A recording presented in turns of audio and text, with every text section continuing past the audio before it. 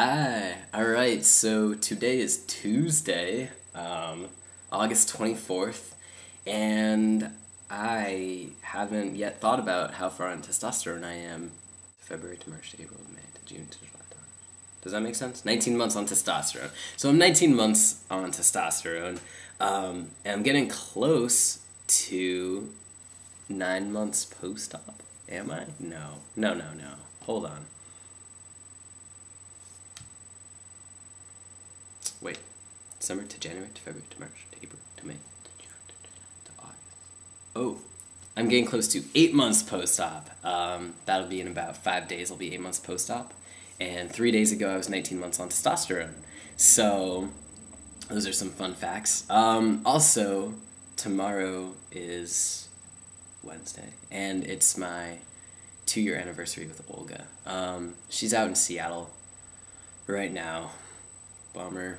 So I won't actually get to see her, but we did spend the whole past week in Sea Ranch, California, where we had an awesome time, and we were lucky to have sunshine, because I guess it's been cloudy there all summer so far. So, let's see. Yeah, this is kind of a spontaneous video, because I'm just importing my Marshall Tucker band CD, that I love so much and don't have on my computer, which is kind of sad. But anyway, I was listening to it while I was working out. And as for working out, I'll show you that I have had no progress because I was on vacation. But I have noticed that my shoulder muscles have definitely become much more defined. And I'll show you, I'm working on my abs. I swear I am. I really am. Oh, over here. So I don't think you can really see that much of a difference from before, but I definitely feel like there is one. My goal is to kind of try and get rid of some of this stuff that's like not like near my hip bones, because they're here, but it's like to the sides. It's not really love handles, I don't think. Well, maybe they are. We can pretend. That's what my back looks like too. Oh, I cannot do this. Okay. Whoa. So I can do about 8 pull-ups now, which is a feat because I couldn't do any at the beginning of the summer, and such and such. But okay, so let's see. Well, I feel pretty good about that whole thing. As for balding, see that?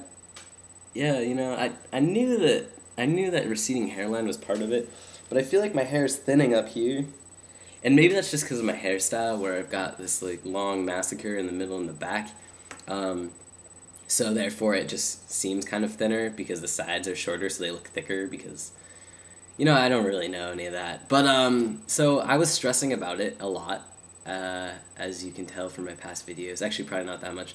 I talk about it more in person. And there's all, of course, I could take, like, finasteride or Rogaine or whatever, you know, stuff that you can medicate your head with. But then I kind of came to terms with it and decided that if I go bald, which I think I will, I'm going to look really gross and creepy. I mean, it's going to be like, ooh, I wonder if I should do one of those things where I, like, leave the hair on the sides and have that kind of ring around, or, you know, something crazy like that, or maybe I'll just shave my head, which makes me look even scarier. Oh, man. So, my hair really kind of brings my face together, in my opinion.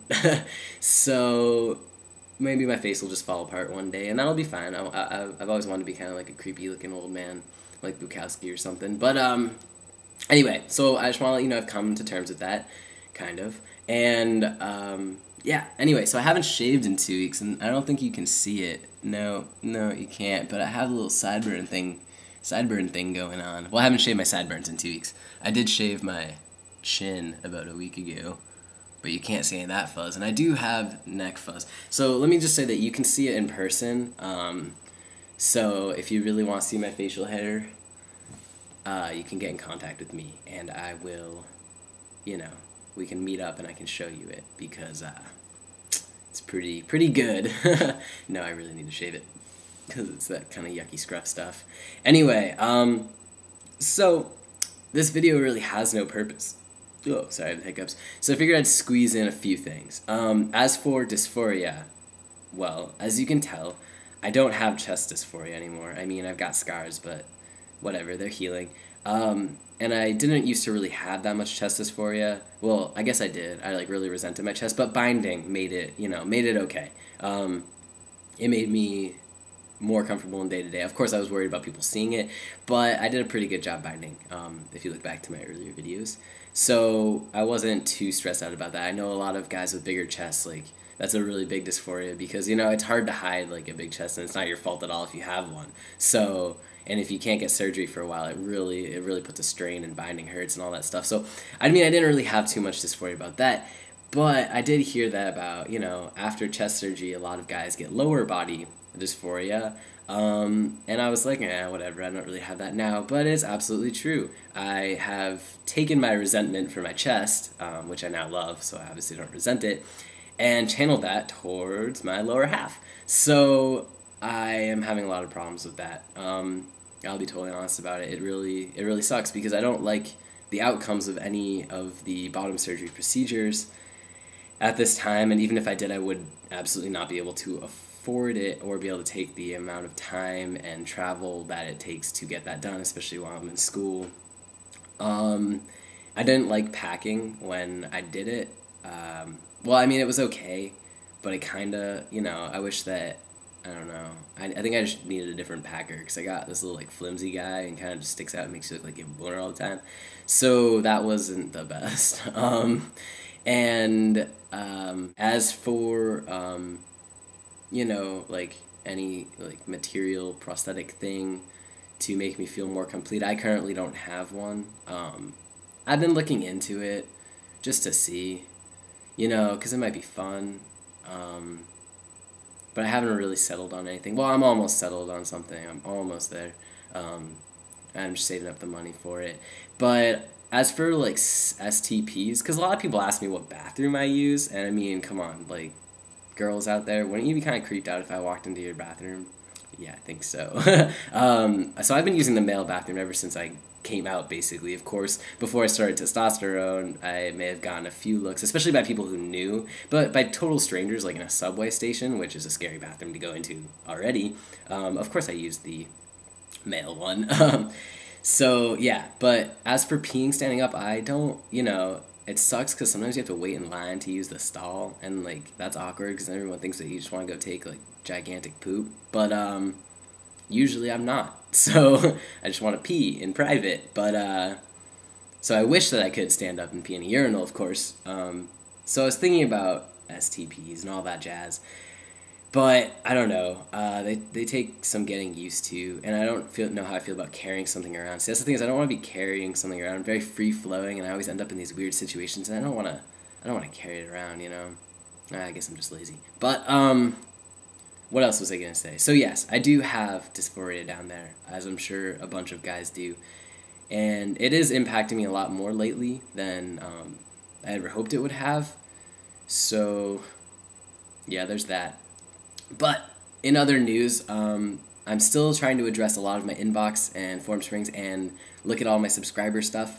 So, yeah, I'm going to try and get back to that because I really love watching you guys.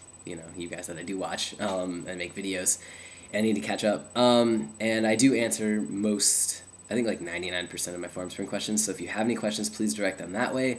And I do have a Tumblr that has some interesting stuff on it, but not everyone there knows I'm transgender, so please be considerate, and I'll post those links down there, along with my 8 tracks, which I make online mixes. I figured some of you might be interested in knowing what I listen to.